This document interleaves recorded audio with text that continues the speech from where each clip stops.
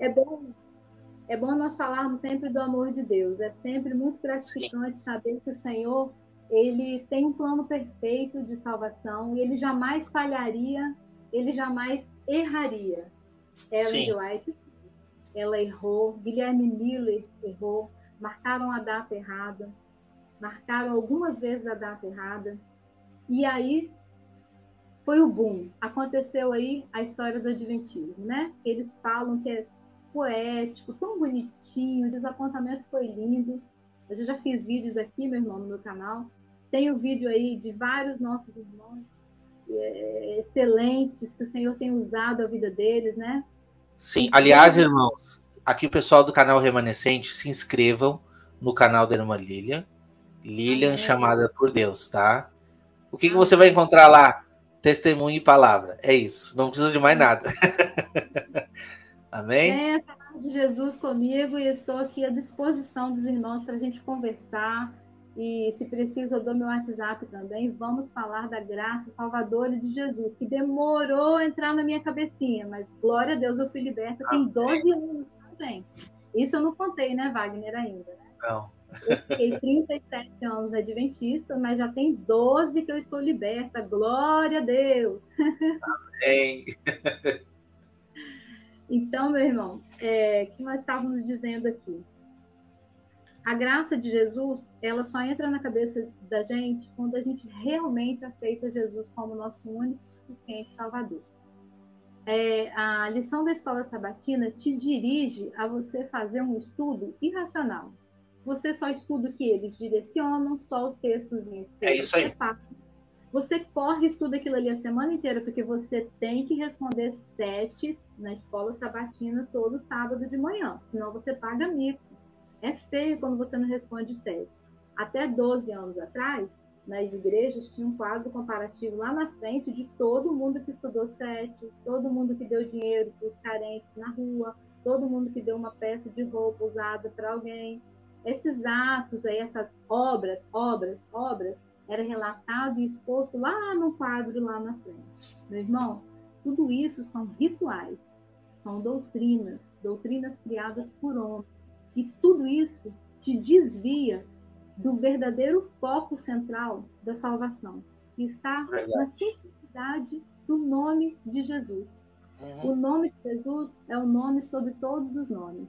O que a Igreja Adventista faz, o Testemunho de Jeová, os Mormons e outras seitas fazem é te desviar desta verdade. Tão simples. Jesus é o caminho, verdade, vida e salvação. Você não consegue enxergar isso enquanto você está dentro de uma seita. Porque você é direcionado a estudar aqueles livros, O Grande Conflito, Impacto Esperança, Vida Esperança, não sei o que da Esperança, Dia da Esperança, tudo isso que chega aí na sua casa, às vezes até de graça, tá? Eles colocam embaixo do seu portão aí. Tudo te leva e te direciona a você crer numa mensagem mentirosa que Ellen White criou sobre o juízo investigativo, sobre o sábado e tudo mais. A palavra de Deus, Uhum. ela é pura, ela é eficaz e ela é capaz de nos abrir os olhos e tirar as escamas dos olhos. Eu já falei em alguns vídeos meus que quem sou eu para me comparar com o apóstolo Paulo, né, queridos? Eu sou uma grande fã do apóstolo Paulo, quero encontrá-lo aí no céu, quero vê-lo no céu. Mas, meu irmão, você sabia que a gente era ignorante como Saulo? Porque Saulo era guardador da lei de Moisés. Ali, Sim. assim, fanático. E pela lei de Moisés, pela lei dos mosaica, ele até matava. Ele tinha documentação para matar e perseguir os crentes que não estavam guardando à Sim. risca a lei. Toda essa ignorância de Saulo cabia a mim. Eu também era assim. Eu achava que guardar a lei me traria salvação.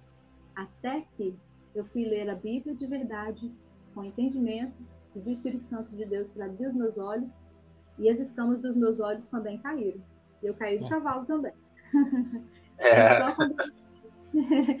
quando a gente tem um verdadeiro encontro com Deus, quando a gente se quebra, se quebranta, deixa Deus falar conosco verdadeiramente, fala, Senhor, eu não sei nada, me ensina aqui porque eu não tenho nada, eu nada sou, me ensina. Aquela frase que eu tinha falado com o pastor lá atrás, eu vou morrer adventista do sétimo dia, eu desfiz com a minha boca e falei, Senhor, me ensina. me quebranta. E eu fui ler, irmão, a palavra de Deus, que é tão simples, tão pura, tão eficaz, mas não entrava na minha cabeça. Em Gálatas, no capítulo 1 mesmo, Paulo já fala assim: eu, Paulo, apóstolo nomeado não por um grupo de pessoas, nem por alguma autoridade humana, mas pelo próprio Jesus Cristo e por Deus, o Pai que ressuscitou Jesus dos mortos. Olha que apresentação, hein? Olha, Sim, saber que você foi chamado pelo próprio Deus, pelo próprio Jesus, é muito poder, é muita alegria. Glória a verdade. Deus. E ele é muito feliz com Deus, né? Paulo passava provação, passava luta, era açoitado, era espancado, ele não estava nem aí, já não vivo mais eu, mas Cristo vive em mim. Ele tinha uma alegria na salvação de Jesus que todo crente, todo cristão precisa ter, não Wagner? A gente precisa Sim, encontrar essa alegria de Jesus. E dentro de uma seita, essa alegria não existe. Capítulo 1, aqui, versículo 2. Escreva essa carta com todos os irmãos que estão comigo, as igrejas da Galácia. Aí, o povo da Galácia, né, que eu ouvi falar lá no e-mail.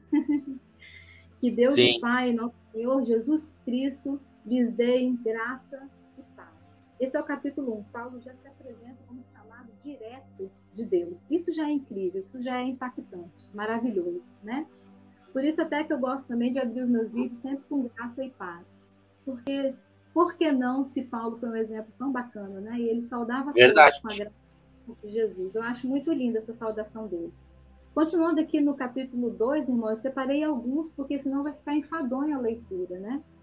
Uhum. Capítulo 2, Paulo voltou ali à região da Galácia e ele viu Pedro, tipo numa situação farisaica, quer ver? Ele estava sendo hipócrita. Como muitas vezes nós também seguimos aquelas doutrinas, aqueles rituais. Pedro também tinha sido influenciado lá numa situação, sabe por quê? Quando ele chegava os irmãos ali da igreja, né, lá na Judéia, ali, e que esses irmãos às vezes tinham uma certa influência, uma oferta boa, sabe, abençoava muito o ministério deles, ou agradava eles de alguma forma, Pedro foi se adequando para agradar todo mundo. Só que Paulo chegou nessa cidade. E aconteceu uma situação que eles se encararam, né? A Bíblia fala que eles se encararam cara a cara. E Paulo fala assim: como assim, Pedro? Como que você volta a várias, né, costumes de novo? Você quer voltar para trás? E aí foi escrito capítulo 2, capítulo 3. O 2,14 diz assim: quando viu o que estava acontecendo, que eles não estavam sendo sinceros quanto aquilo que realmente criam e não estavam seguindo a verdade do Evangelho, eu disse a Pedro diante de todos os outros: embora você seja judeu de nascimento, há muito tempo já pôs de lado essas leis judaicas. Então, por que você de uma hora para outra está procurando fazer esses gentios obedecê-las? Então, Pedro estava ali, como muitas vezes a gente vê líderes, né? Para agradar um irmãozinho que é muito legalzinho, que é muito rico, às vezes não é da igreja, né? A Sim. gente faz a vontade dele e não prega o verdadeiro evangelho de Cristo. Não Então, repreende. não repreende, deixa passar. No Isso. versículo 16, Paulo continua: entretanto, nós, cristãos judeus, sabemos muito bem que não podemos tornar-nos justos diante de Deus pela obediência às leis judaicas, mas somente pela fé em Cristo, Paulo falava, né? Para que ele tire os nossos pecados. Olha, no verso 18, Paulo continua: pelo contrário, estamos em pecado se começarmos a edificar de novo a falsa ideia que já derrubamos uma vez, a de sermos salvos pela guarda das leis judaicas. Porque foi pela leitura da Escritura que vim a entender que eu nunca poderia obter as boas graças de Deus pela tentativa e fracasso de obedecer à lei. Eu vim a compreender que a aprovação de Deus vem quando se tem Cristo. Essa aqui é Uhum. a Bíblia viva. É uma linguagem da Bíblia viva que eu estou usando. 21 diz assim: não sou daqueles que consideram sem sentido a morte de Cristo. Se pudéssemos ser salvos pela guarda das leis judaicas, então não havia nenhuma necessidade de Cristo morrer. O título desse capítulo diz assim: ou a lei ou Cristo. O capítulo já tem o título assim. Meu irmão, Gálatas, ele é enfático, né? Paulo é muito enfático em dizer que Gálatas se tornou insensatos.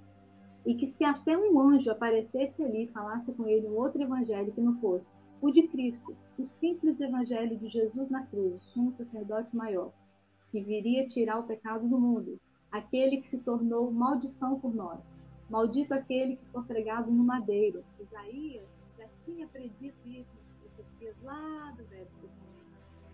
Se Paulo foi tão claro com os Gálatas e eles entendessem essa salvação garantida na cruz de Jesus, pronto, estava tudo pronto e pago. Assim somos nós hoje também. Porque a palavra de Deus, em Gálatas, em Efésios, aqui, ó, versículo 13 diz: Cristo se fez maldição por nós, acabei de falar.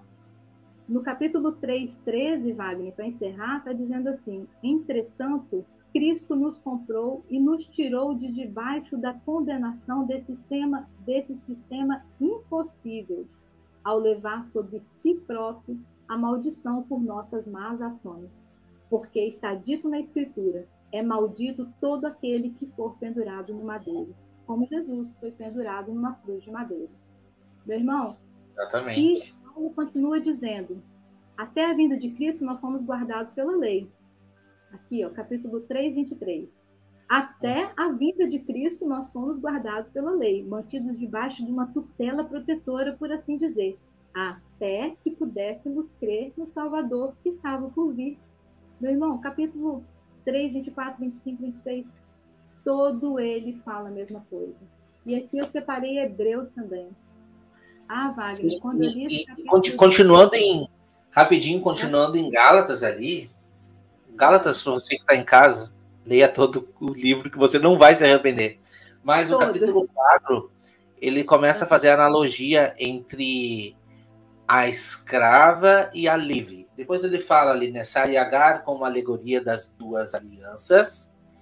E, meu irmão, se você até agora aqui não está entendendo nada, você precisa entender no que aconteceu com a troca das alianças. Porque essa é a virada de chave para você entender sobre qual aliança que você está neste momento. A qual povo você é pertencente, entendeu? Sobre qual aliança, qual é a tutela que você está neste momento. Bom, então ele está tratando ali de Sara e Agar, a escrava e a livre, e ele coloca assim, na minha Bíblia, que é a Ferreira de Almeida, né? Sim. O subtítulo está ali, ó: o valor transitório dos ritos judaicos. Lógico, ninguém vai ser ingênuo de dizer aqui que eles não estavam vivendo no momento transitório, eles estavam. Era necessário todas essas explicações. Mas nós não estamos vivendo no momento transitório mais. Nós já estamos na nova aliança. E ele diz ali: outrora, porém, não conhecendo a Deus, serviu a deuses que por natureza não são. Mas agora que conheceis Deus, ou antes sendo conhecidos por Deus, mas estáis voltando outra vez aos rudimentos fracos e pobres, as quais, de novo, ainda querem te escravizar. Guardais dias, meses, tempos e anos. Receio de vós que eu tenho trabalhado em vão, diz Paulo. Por que ele diz guardais dias, meses, tempos e anos?